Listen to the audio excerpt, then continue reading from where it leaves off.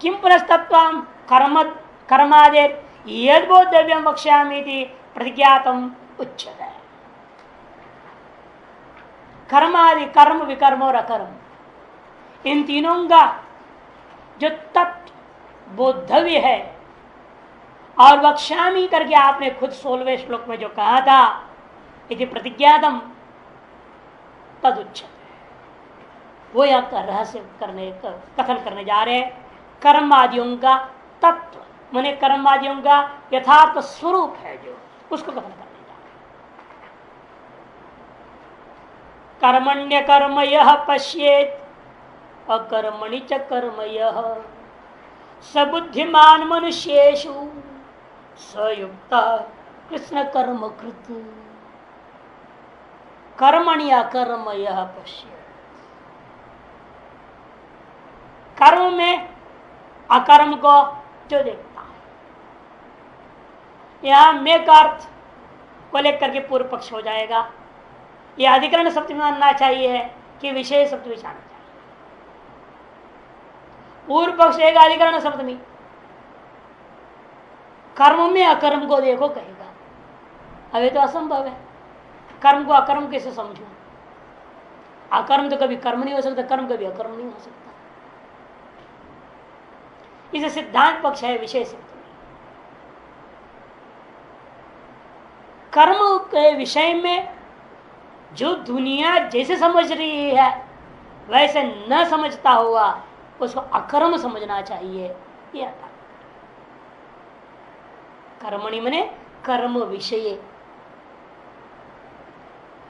यादृशी मति सर्वस्य भवति तद विपरीत अकर्म बुद्धि ही यह पश्येत, यह अनुभवती, जो अनुभव करता है। इसी प्रकार से अकर्मणि च माने अकर्म विषय या मति सर्वेशा, सर्वेशा में 3 प्रकार के लोग हैं यहाँ। इसे भाष्यकार श्लोक का 3 व्याख्या करेंगे।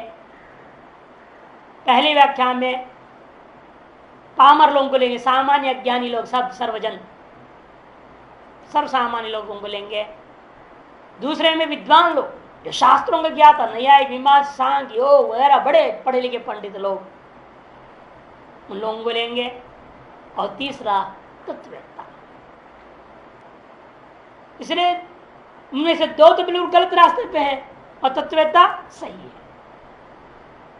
तत्ववेत्ता कर्म को अकर्म और अकर्म को कर्म का तात्पर्य कर्म के विषय में जो जनता में विद्यमान भ्रांति है आम और विद्वान में, उन भ्रांति को निवारण करता हुआ वह अकर्म का दर्शन करता है, अनुभव करता है।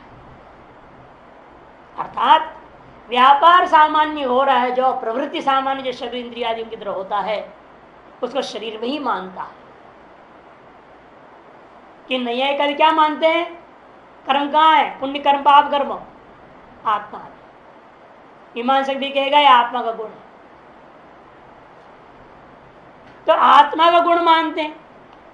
और आम आदमी क्या कहता है? अरे ये तो पुण्यात्मा था, ये तो जरूर स्वर्ग चला गया, ये तो पापात्मा था, ये तो नरक में गया। मैंने पुण्य पाप को वो आत्मा में मानते हैं और पुण्य पाप विशिष्ट आत्मा को आने जाने वाला भी मानते हैं। सभी का यही हाल है। इसे नायम अस्थिति चाहिए, अस्थिति चाहिए। कठोपनिषद में नचिकेता का प्रश्न ही होता है। कोई कहता है मरने के बाद ये यम प्रेते नायम अस्ति, ये मरने के बाद कुछ नहीं रहता है। कोई कहता है नहीं हत्या रहता है, वो जाता आता है। ऐसे भी कहने वाला नहीं लोग। तो इसलिए कहते हैं नास्तिक लोग कहेंगे नास्ति है वह, मरने के बाद कुछ नहीं बचता। भस्मीभूत से देह से पुनरागमन होता है, यानी आत्मा ही शरीर है, शरीर ही आत्मा है, आत्मा ही शरीर हो रखा है। इसलिए मर गया तो खत्म, भस्म कर दो, उसे कोई पुनर्जन्म होता ही नहीं, आना जाना है नहीं। नास्तिति चाहिए। बौद्ध भी कहेगा नहीं, आत्मा नाम को इसको है नहीं, विज्ञ शून्यम आत्मा। तो और कुछ अस्थि कहते हैं। इसलिए ये जो आत्मा में ये सब कर्म रहता है ऐसे मानते हैं। और उसको कहते नहीं, वहां वास्तव में कर्म नहीं है, उसको अकर्म मानता है। ब्रह्म कैसा है? अकर्मात्मक है, कर्मात्मक नहीं है। अकर्मणी, और आम आदमी क्या मान रहा है? इस शरीर को अकर्मणी मानता है, या शरीर की निवृत्ति में अकर्म मानता है। शरीर जो निवृत्ति नारायण है, उदासीन भाव में बैठा हुआ है, तुष्टि भाव में बैठा हुआ है, उसको अकर्म अवस्था मानता है। इसे प्रवृत्ति काल, इसका कर्मणि का अर्थ प्रवृत्ति और अकर्मणि का अर्थ निवृत्ति, एक पक्ष में आम, इसमें सामान्य दृष्टिकोण से, और विशेष दृष्टिकोण से कर्मणि माने आत्मनि, कर्माधिकरणे। कर्माधिकरण कौन है? आत्मा, आत्मनि। अकर्माधिकरणी, कर्माधिकरण है शरीर है। इसे कर्मणि का भी दो अर्थ होगा, प्रवृत्ति और आत्मा, और अकर्मणि का अर्थ शरीर और निवृत्ति। इसलिए प्रवृत्ति में अकर्म तो देखना और निवृत्ति में कर्म को देखना, ये बुद्धिमान का काम है। अथवा आत्मा में अकर्म रूपता को स्वीकार करना और शरीर में कर्म रूपता को स्वीकार करना। ऐसा जो अनुभव करता है सब बुद्धिमान मनुष्य, वह मनुष्यों में बुद्धिमान है, समझो। सयुक्त, वही वास्तव में योग युक्त है। तो पहले कहा गया समत्प्राप योगा योग न सिद्ध सिद्धियों समभूत्वा समत्वम योग उच्यते। समत्रूपादि योगों से युक्त पुरुष वही हो सकता है, वह कृष्ण कर्म कृत, वह सकल कर्मों को करने वाला है। एक अतः सकल कर्मों को काटने वाला है, नष्ट करने वाला। कृत का दो अर्थ हो सकता है, क्योंकि आप डुकरी करने से करेंगे तो करने वाला अर्थ हो जाएगा। कर्म करोति कर्मकृत, कृष्णंच तत् कर्मचेति कृष्ण कर्म, कृष्ण कर्म करोति कृष्ण कर्मकृत। अथवा कृति छेदने धातु से, कृति छेदने धातु, कृष्ण कर्म कृंतति कृत, कृंतति छेदन करना। दोनों में क्लिप करना है।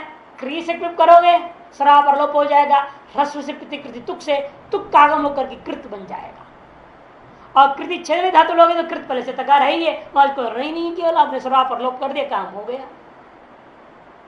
कोई सूत्र लगाने की क्लिप पाया, सरा पर लोप हो गया। अच्छा, करोति कृत हो सकता है, तो कृंत कृत हो सकता है। सकल कर्मों को काटने वाला अर्थात सकल कर्मों से मुक्त हो जाता है। कर्मों को काटने का मतलब क्या? कर्मों से मुक्त होना। जो पूरे भगवान ने स्वयं भी प्रतिज्ञा कर कहा था ना, मोक्ष से अशुभा, वह सकल कर्मों से कर्मों को काट देता है, उन्हें सकल कर्मों से मुक्त हो जाता है। यह सकल कर्मों को करने वाला होते हुए भी अकर्मा ही रह जाता है कि स्वरूपतः ब्रह्म है, अकर्म है, और जो अविद्याजन्य शरीरादि को लेकर के कर्म कृत है। इसे करने वाला अर्थ करेंगे तब भी कोई दोष नहीं है, कर्म को नष्ट करने वाला अर्थ करोगे तो भी दोष नहीं है। दोनों अर्थ हो सकता है। भाष्यकार तो कर्म करोति अर्थ ही लेते हैं। भाष्य कर्मणि, कर्मणि में क्या अर्थ लेना है? पहले कर्म का सबसे विभक्ति है ना, कर्म क्रियते इति व्यापार मात्रम तस्मिन् कर्म। कर्मणि में क्या है प्रातिपदिक, वो बताया पहले। कर्म ये प्रातिपदिक है। ये कर्म शब्द बना गए से आप ये नहीं लेना कर्तुम कर्म, व्याकरण वाला कर्म मत लाओ, पारिभाषिक वो नहीं लेना। यहाँ इसलिए व्युत्पत्ति कर दिया आगे, क्रियते इति कर्म, क्रियते इति कर्म, डुगरी करने जात के ले लिया। और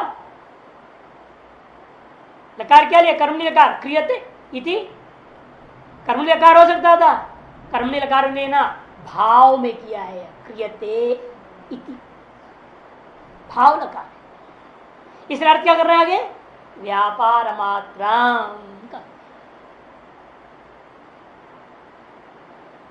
करोति इति कर्मणि क्रियते अन्येन असौ इति कर्म, वो भी नहीं, कर्म ने व्युत्पत्ति नहीं करना, कर्तव्युत्पत्ति भी नहीं है, कर्म व्युत्पत्ति भी नहीं है, मेरा कर्तवाच्य में नहीं है लकार, कर्मवाच्य भी नहीं है लकार, भाववाच्य लकार, क्रियते इति। इसलिए अर्थ क्या हुआ? व्यापार मात्र। भाव किसको कहते हैं? व्यापार, धात्वर्थ सामान्य का नाम भाव होता है, तो व्यापार मात्र भाव। क्रिय धातु अर्थ क्या है? व्यापार सामान्य। इसे भाष्य करते व्यापार मात्रम, ये हो गया कर्म शब्द की व्याख्या। तस्मिन्, उससे सप्तमी विभक्ति आया। एतादृश अर्थ वाला कर्म शब्द से सप्तमी भगवान ने करके रख दिया कर्मणि।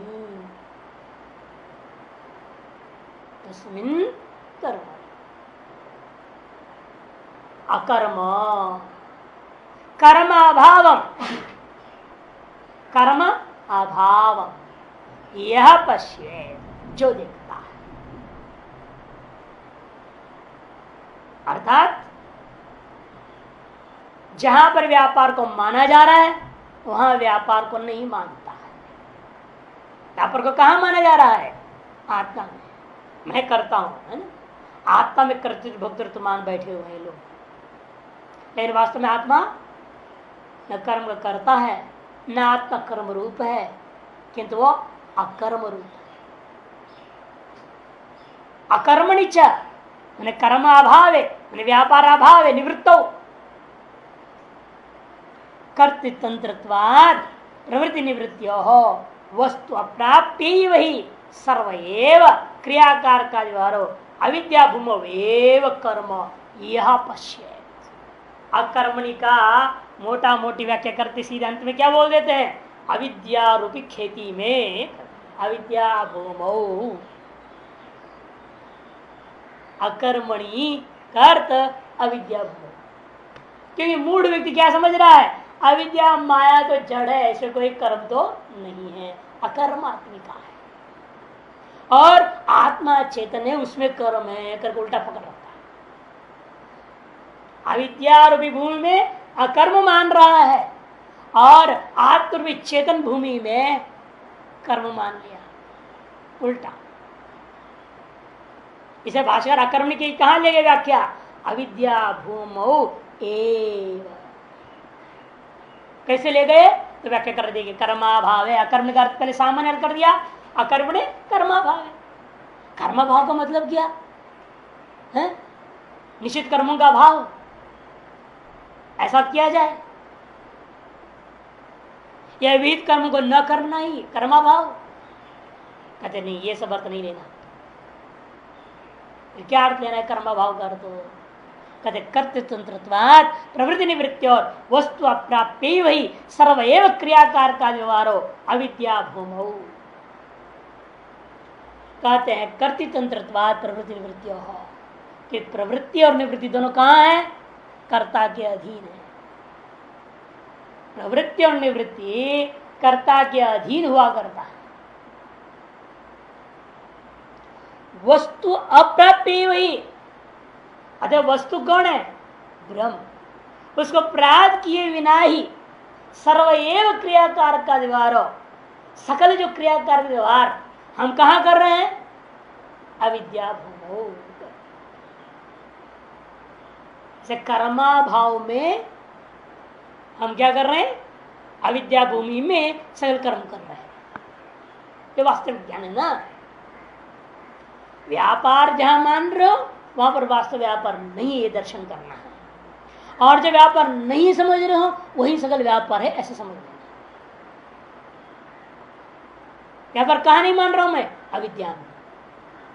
कारण क्यों ऐसे? अविद्या में सकल व्यवहार करता हुआ ऐसे क्यों मान रहा है? क्योंकि वस्तु प्राप्त नहीं। वस्तु प्राप्त हो जाए, ब्रह्म प्राप्त हो, ब्रह्मानुभूति हो जाए, ये भ्रांति नहीं रह जाएगी कि अध्यास में वज्र के कारण से सारा उल्टा सुल्टा दिख रहा है। भ्रांति क्यों होती है? अध्यास की वजह से। विपरीत ज्ञान बिना अध्यास को हो नहीं सकता। क्या रज्जु में सर्वदर्शन हो, चाहे कोई भी दर्शन हो, या कर्म में अकर्म और अकर्म में कर्म हम दर्शन करने बोल रहे हैं कि व्यक्ति गलत कर बैठा हुआ है। अकर्म में कर्म कर रखा है, अकर्म में कर्म देख रहा है, और वो हमें बताना नहीं, वो जिसमें तुम कर्म कर रहे हो वहां वास्तव में अकर्म। जो ज्ञानी के लिए कहा उसका ठीक उल्टा लेना पड़ता है अज्ञानी में। अज्ञानी क्या कर रहा है, वास्तव में जो अकर्म है उसमें कर्म देख रहा है, ठीक उल्टा हो गया इसका। वो भी अकर्मणी में कर्म देख रहा है, कर्मणी में अकर्म देख रहा है, दोनों वही कर रहे हैं, दोनों एक ही काम कर रहे हैं, लेकिन उल्टा है। जिसमें वह अकर्म में कर्म देख रहा है उस कर्म में मैं अकर्म वापस देखना चाहता हूं। कि अकर्मा कौन है, ब्रह्म आत्मा, उसमें कर्म देख रहा है अज्ञानी, और उस कर्म में क्या करूंगा, वापस अकर्म को देखूंगा। और कर्म कहां है, अविद्या में, और उसमें अकर्म कौन देख रहा है, अज्ञानी, उस अकर्म में फिर वापस मैं कर्म को देखूंगा। यही बुद्धिमान का काम। श्लोक दोनों तरफ हो गया ना। इसे भाष्यकार कहते हैं कर्ता के अधीन, जिसमें कर्तृत्व है उसी के अधीन होता है क्या, प्रवृत्ति और निवृत्ति। और कर्तृत्व तो नहीं हो तो प्रवृत्ति निवृत्ति नहीं रहेगी। और कर्तृत्व कहां रहेगा, अहंकार मूढ़ात्मा कर्ता मन्यते, जो अहंकार से विमूढ़ है उसमें कर्तृत्व होता है, जिसमें कर्तृत्व होता है उसमें प्रवृत्ति निवृत्ति हुआ करती है। और ये अहंकार क्यों आया, वस्तु अप्राप्ति वही, क्योंकि ब्रह्म की प्राप्ति नहीं, प्राप्ति में अनुभूति साक्षात्कार न होने के कारण से, वस्तु का साक्षात्कार न होने से, वस्तु मने यथार्थ स्वरूप आत्मा का साक्षात्कार न होने के कारण से अहंकार है, अहंकार की वजह से कर्तृत्व है, कर्तृत्व की वजह से प्रवृत्ति निवृत्ति है। और वो सारी चीज कहां है, सर्वएव क्रियाकार का व्यवहार हो, क्रियाकार का जो संपूर्ण व्यवहार है वो अविद्या भूमोवेव, उस अविद्या भूमि में है, वहां कर्म यह पश्ये। ऐसे अकर्मणि कर्माभावे अविद्या भूमो, अकर्मणि की व्याख्या कर्माभाव, कर्मभाव की व्याख्या अविद्या भूमो, अविद्या भूमो में कर्म देखना। अकर्म रूपी अविद्या भूमि जो अज्ञानियों के दृष्टिकोण में है उसी में वास्तविक कर्म हुआ करता है, मुझ आत्मा में कोई कर्म नहीं है, ऐसा जो अनुभव करे सब बुद्धिमान मनुष्य। मन ऐसा जो सारी दुनिया को जैसा ज्ञान हो रही है उसका उल्टा जो ज्ञान वाला है वही मनुष्य बुद्धिमान है। उल्टा है नहीं मामला। लोग कहेंगे तो देखो सब उल्टा, हम लोग सारी दुनिया मेजॉरिटी आज के जमाने में तो वोट पड़ेगा तो साहब तो फेल हो जाएंगे, हार जाएंगे। वेदांत कहाँ पास होएगा, वेदांत बिल किसी भी पार्लियामेंट में पास नहीं हो सकता है नहीं। कि सभी क्या मानते हैं, उल्टा ही मानने वाले लोग हैं, और वो उनके उल्टा हम बोलेंगे तो कहाँ मानेंगे वो, एक भी वोट नहीं पड़ेगा, आपको खुद का वोट पड़ेगा बस।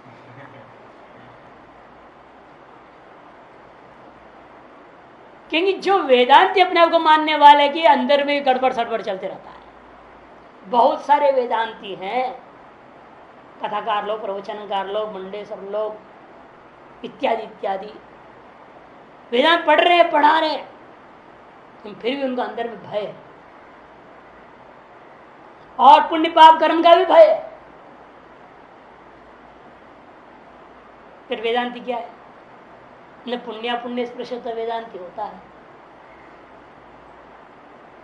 पुण्य पाप उसका स्पर्श भी नहीं कर सकते, तद्वान कहां से हो जाएंगे। तद्वत्व है इसका मतलब वो वेदांति नहीं है। है ना, आजकल लोग क्यों माया का समर्थन कर रहे हैं, माया मानते हैं, जगत को मानते हैं, किसी व्यावहारिक सत्ता को स्वीकार कर लिए हैं। सत्ता मान लिया है तो सत्यानाश हो गया। अरे सत्ता मत मानो किसी प्रकार की वास्ते, तो सत्य को नाश मानो तो दूसरे भी सत्ता का सत्य मान रहे हो। जिसमें वास्तविक सत्य है उसको नाश किए बिना दूसरे में सत्ता कहां जा जाएगी। उसको हम नहीं देख रहे हैं, दूसरे को देख रहे हैं और उसमें सत्यता मान रहे हैं। सत्यता मानना ही सत्ता और है क्या? सच्चित्तानंद। सत्य वही सत्य है, और जिसको सत्ता बड़े माने बने वो सत्य मान लिया आपने, चौपट हो गया। इसलिए ये सारी चीजें समझाने के लिए जो माना गया था उसमें यथार्थता को ग्रहण पकड़ लिया। मांडव कार्यकार साहब कहते बुद्धे रवताराय पादक कल्पना, ये जो चतुष्पाद ब्रह्म कह दिया ना, चतुष्पाद मांडव के उपनिषद कार्यका तो उसी पर है ना।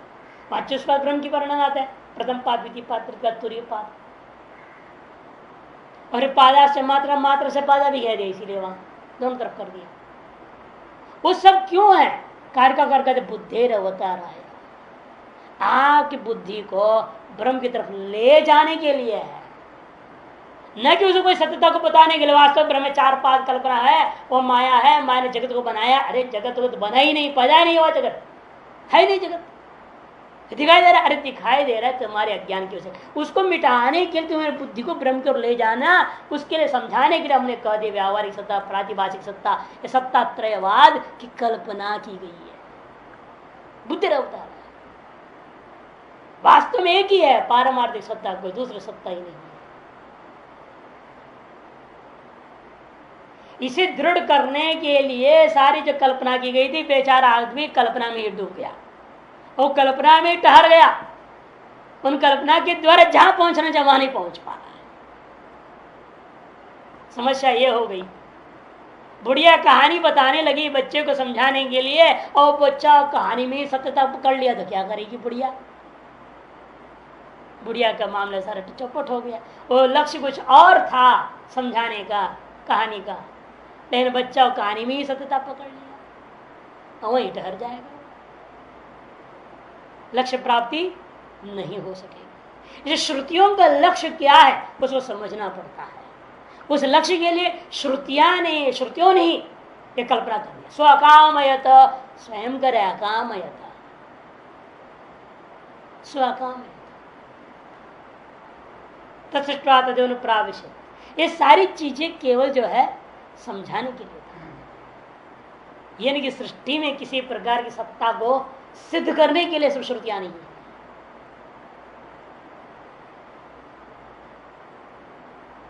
अब इसलिए कहते हैं कि ये जो चीज है जो समझने वाला मनुष्यों में, इसलिए वही बुद्धिमान हो सकता है, दूसरा नहीं हो सकता। वास्तविक बुद्धिमान वही मनुष्यों में सायुक्त योगी, वह युक्त है माने वह योगी है। कृष्ण कर्मकृत, कृष्ण कर्मकृत, समस्त कर्म कृत्या, और समस्त कर्मों को करने वाला है, या समस्त कर्मों को काटने वाला। भाष्यकार इसलिए आज की व्याख्या नहीं करते, करो तो कुछ नहीं बोले, आगे बोलेंगे, यहां कुछ नहीं बोल रहे ना। कृष्ण कर्म कृत्या स इति स्तूयते, भाष्यकार जोड़ दिया, एक कृष्ण कर्म कृत जो है ना, स्तुति है, अर्थवाद है उस ब्रह्मज्ञानी का। वास्तव में वो अकर्ता है ना, कर्ता कहां से हो जाए? कर्म करता, समस्त कर्मों को करने वाला कैसे हो जाएगा? वो करने वाला नहीं है, वास्तव में वो अकर्ता है। अकर्ता होता हुआ प्रारब्ध कर्म वश से शीर्ष से उन सकल कर्मों को करते हुए भी वह नहीं करता हुआ रहता है, इसलिए कह दिया श्रुत कर कृत्य स्तुति है, स्तुति। कर्म अकर्मणोर इतरेतरदर्शी, किसकी स्तुति है? वो कर्म और अकर्म का, इन दोनों के इतरेतर का जो दर्शी है, उस दर्शी को सदर्शी स्तुयते। वह जो कर्म कर्म के जो वास्तविक स्वरूप को दर्शन करने वाले, इतरेतर में कर्म में अकर्म को, अकर्म में कर्म को देखने वाला, अनुभव करने वाला, ऐसा जो व्यक्ति है उसका यह स्तुति है। सस्तुत है, सकर्मणी है प्रथमा, कि स्तुत है कर्मणी लकार, जैसे ग्राम गम्यते कहा जाता है, ग्रामम गच्छति, ग्राम गम्यते, उसी प्रकार तम स्तौति स स्तूयते। स कहा वह कौन है जिसकी स्तुति की जा रही है? तो कह दिए कर्म कर्मणोर इतरेतरदर्शी, कर्म में अकर्म और अकर्म में कर्म, एदार्श दर्शन वाला जो महान योगी है उसको यहाँ स्तुति के रूप में, उसकी स्तुति के रूप में यह बात कही जा रही है, कृष्ण कर्म कृत। अब पूर्व पक्ष खड़ा होगा, भाई बात या 2-3 पूर्व पक्ष सिद्धांत से पहले एक दो बात समझ लेना कि अकर्म का अर्थ तुष्टिम भाव, पहले भाष्यकार ने कहा था ना, अकर्मण से तुष्टिम भाव से पुरुष लोग का व्याख्यान। गाना कर्मण गति से पहले अकर्मण का क्या करते थे? तुष्टिम भाव। तुष्टिम भाव का अर्थ आप उदासीन भाव नहीं लेना है। तुष्टिम भाव और उदासीन भाव में अंतर है। तो उदासीन भाव तो ब्रह्मज्ञानी का लक्षण में उदासीन उदासीन हो, इसे वो नहीं लेना। यहाँ तुष्टिम भाव से क्या लेना पड़ता है? हमेशा आगे भी आएगा तुष्टिम भाव शब्द आएगा, अभी भाष्यकार प्रयोग करेंगे। ये है व्यक्ति जो कर्म और कर्म के फल का भय से अथवा आलस के वजह से प्रमादवशात कर्म को न करता हुआ चुपचाप बैठा, जड़वत शरीर को स्थापित किया है, अंदर में कामनाओं से परिपूर्ण है, ऐसा व्यक्ति का नाम है तुष्टिम भाव वाला लेना है। कर्म क्यों करना नहीं चाह रहा है? यह भय से कि हो सकता है मेरे से गलतियां हो जाए तो। क्यों? वैदिक कर्म करना बड़ा कठिन है और आजकल ऐसे परंपरा भी नहीं, वैदिक कर्म कांड कराने वाला भी नहीं मिलेगा ढंग से। पंडित ही गड़बड़ कर दिएगा तो क्या होगा? डर है ऐसे, चलो इसे भला था नहीं न करे, छोड़ी दो झंझट में। ऐसा सोच करके विभिन्न प्रकार की कामना रहते हुए भी उन कामनाओं की पूर्ति के लिए वैदिक कर्मों को त्याग करके लौकिक कर्मों को आश्रय रहने वाला मूर्ख आदमी तुष्टिम भाव से।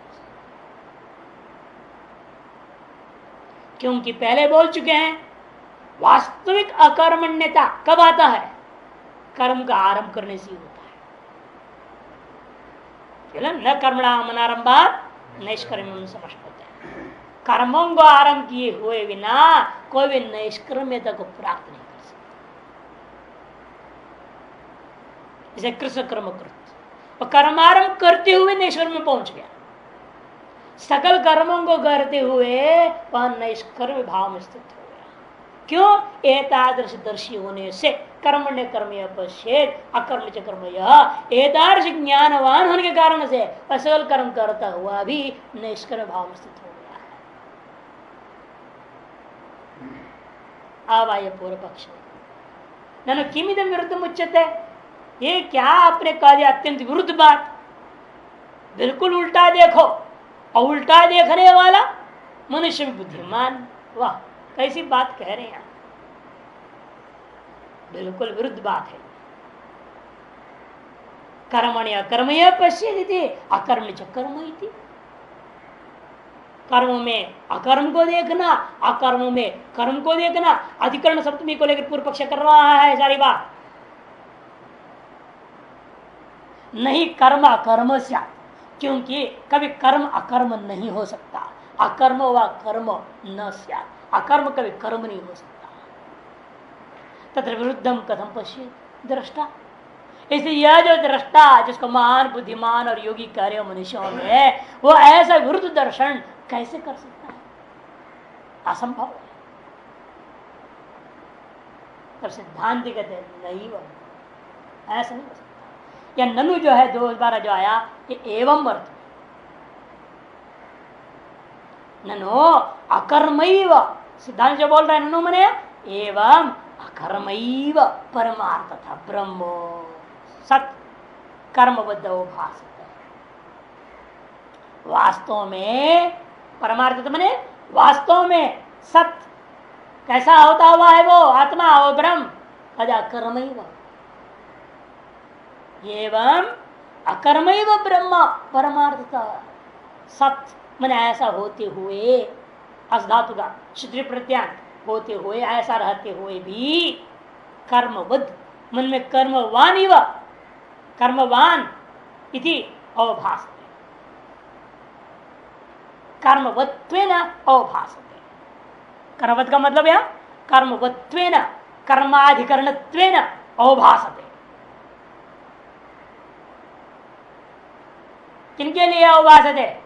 कर्मवत, कर्म रूपा जो ब्रह्म है, अकर्माधिकरण है, अकर्मात्मक है, क्योंकि उसका कर्म केवल कल्पित है। स्वयं ब्रह्म कर्मात्मक नहीं है, निष्क्रिय, निष्क्रिय शांतम निष्कलम। जब ऐसे जब निष्क्रिय का मतलब क्या? क्रियात्मक कर्मात्मक वो नहीं है। कर्माधिकरण है, ये भी नहीं है, कर्माधिकरण भी नहीं होता, न पुण्य पुण्य स्पृशता, कोई कर्म वहां पर नहीं है। जब कर्म का अधिकरण भी नहीं है, कर्मात्मक भी नहीं है, ऐसा जो कर्म रूपा ब्रह्म है, होता हुआ भी मूढ़ दृष्टि लोकस्य कर्मबद्ध उपास, जो मूढ़ दृष्टि वाले हैं, मोह से युक्त, कवयो भी मोहिता, पहले बोल चुके हैं, इसे मूढ़ दृष्टि कहते हैं। बड़े बड़े विद्वान पंडित पामर तो क्या कहना, कैमितिक न्याय, बड़े बड़े मेधावी कवय मेधावी न, मेधावी लोगों के द्वारा भी मोहयुक्त होकर दृष्टि वाले होने से तारस विशुद्ध कर्म रहित और कर्मात्मक भी नहीं है, जो अकर्मात्मक ब्रह्म में कर्माधिकरणत्वेन स्वीकार कर दिया गया, कर्मवत्वेन अवभाषित कर दिया मूढ़ दृष्टि लोक। ठीक तथा कर्मैव अकर्मवत, इसलिए कर्मैव जो कर्मात्मक ही है, क्या है? माया विद्या क्रियात्मक है। स्वयं माया को क्या कहा? त्रिगुणात्मक। जो गुण क्या होती है? गुणम चलम वृत्तम। गुण का स्वरूप क्या वर्णन करते हैं? चल। चल का मतलब सदा सक्रिय, कभी निष्क्रिय होती नहीं माया। माया का स्वरूप ही क्रियात्मक है। क्रियात्मक होते फिर सृष्टि लगातार होते रहेगा? कहते नहीं, वो ऐसा है, प्रलय काल में भी क्रिया होती है। प्रलय काल में क्रिया कैसी क्रिया हो रही है? साम्य अवस्था के अनुकूल क्रिया आपस में चलती रहेगी। तीनों गुणों में, तीनों गुणों में आपस में ऐसा चक्कर चलते रहता है, फिर समान अवस्था में बनाए रहता है, कोई विकार प्राप्त नहीं होता, विषमता को प्राप्त। असृष्टि काल में, स्थिति काल में विषमता व्यक्ति अनुकूल क्रियाएं होने लगती है। मैंने क्रिया तो होती रही, ये सांख्य भी मानता है। जैसे माया तो क्रियात्मक है, वो एक क्षण भी क्रिया रहित हो नहीं सकती। ऐसे कर्मात्मिका अविद्या माया उसमें क्या मान रहा है? अकर्मवत्व मान रहा है। क्यों? हेतु कहते हैं जड़त्वा, जड़ में कहां से क्रिया होगी? ऐसे हेतु मूर्खता पर, जड़ में क्रिया होती है, चेतन में कहां से क्रिया होगी? ये समझता ही नहीं वो कहता है पाषाणवत दृष्टांत बना देगा। माया क्रिया रहिता, जड़त्वात् पाषाणवत। पत्थर में कोई क्रिया नहीं, लेकिन वास्तव में आज के वैज्ञानिक तो मान भी लेता है तो पत्थर में भी क्रिया होती है, बढ़ता है, छोटा होता है, हजार हजार आयु भी उसकी है, सब गणना कर रहे हैं, उसकी विकार होता है, विकास होता है, सब कुछ होता है। अब भूकंप वगैरह होता है, इसका कारणों में से कारण ये भी ढूंढा उन्होंने। ये जो अंदर पर नीचे पत्थर आपस में ना वो खिसक जाते हैं, खिसकते हैं, बढ़ता है ना, आपस में घर्षण होता है, घर्षण होता है तो खिसकता है, खिसकने से पूरा पृथ्वी होती है। उसे कुछ नाम अलग दिए, साइंस में नाम आता है उसका, जो रॉक्स का मूवमेंट मानते हैं, नीचे अंडरलिप से मूवमेंट के कारण से जो है वो। अब हम लोग इसको भाषा में दूसरे बोला हम लोगों ने, पुराण की भाषा में क्या है? 4 हाथियों पर पृथ्वी टिकी हुई है, वो हाथी खुजलाता है, इधर उधर थोड़ा हिल जाता है तो भूकंप होता है। ये पुराण की अपनी भाषा है। और मॉडर्न लैंग्वेज आपने साइंस होने का, और रॉक्स हिलते हैं, खिसक जाते हैं। ये जो लावा होती है ना, लावा जो गर्म लोहा वगैरह अंदर में जो कभी कभी ज्वालामुखी से निकलती है, उसके कारण से क्या होता है? पत्थरों में थोड़ा मूवमेंट आ जाता है, वो गर्माहट आदि हो जाता है, उसमें से अनेक विकार होकर के वो चलता है, चलन होता है तो पकड़। तो हाथी चले चाहे पत्थर चले, और कुछ तो हो रहा है, चलन हो रहा है, चलन के बिना भूकंप नहीं। और हाथी भी पत्थर है, बड़ा लंबा चौड़ा मोटा भारी चीज है ना, तो अपनी कल्पना की एक तरीका है समझाने की। इसलिए कहते कि देखो वो जो कर्म ही वह कर्म रूपा ही है वो कौन माया विद्या। और उसको क्या मान रहा है मूढ़ आदमी अकर्मवत अकर्मत्व मान रहा है। कौन मूढ़ दृष्टि लोकस्य तत्र ऐसा उन लोगों का जो ज्ञान है तद विषय अब विषय से मिलूंगा तद विषय यथाभूत दर्शनार्थ महा भगवान कर्मण्य कर्म पश्यति तद विषय में यथाभूत दर्शनार्थ वास्तविक ज्ञान क्या है यथाभूत यानी वास्तविक दर्शन तद विषय जो ज्ञान है उसको भगवान भगवान क्या कर्मण्य कर्म यह पश्यति अतो न विरुद्धान। इसलिए पूर्व पक्ष का बात जो था कि विरुद्ध है ऐसी बात नहीं बल्कि अज्ञानी विरुद्ध पकड़ रखा है उसके यथार्थ दर्शन हम करा जो अज्ञानी विरुद्ध में पकड़ रखा है अकर्मात्मक को कर्म ग्रहण कर रखा है कर्मवान करके उस कर्मवान में मैं अकर्म वापस दिखाना चाहता हूँ। वास्तविक दर्शन क्या है अकर्मात्मक को अकर्मात्मक समझना वास्तविक है विरुद्ध का हुआ शब्द में जो प्रयोग कर रहा हूं कर्मणि अकर्म इसलिए हम लग रहा है विरुद्ध लग रहा है लेकिन नहीं विरोध क्योंकि हम कर्मणि शब्द किसको ले रहे हैं अकर्मा को ही ले रहे हैं अकर्म ही कर्मणि बना दिया कौन अज्ञानी ने तारस अज्ञानी का अकर्मणि में कर्म को देखो ये मैं कह रहा हूं इसे कोई दोष नहीं।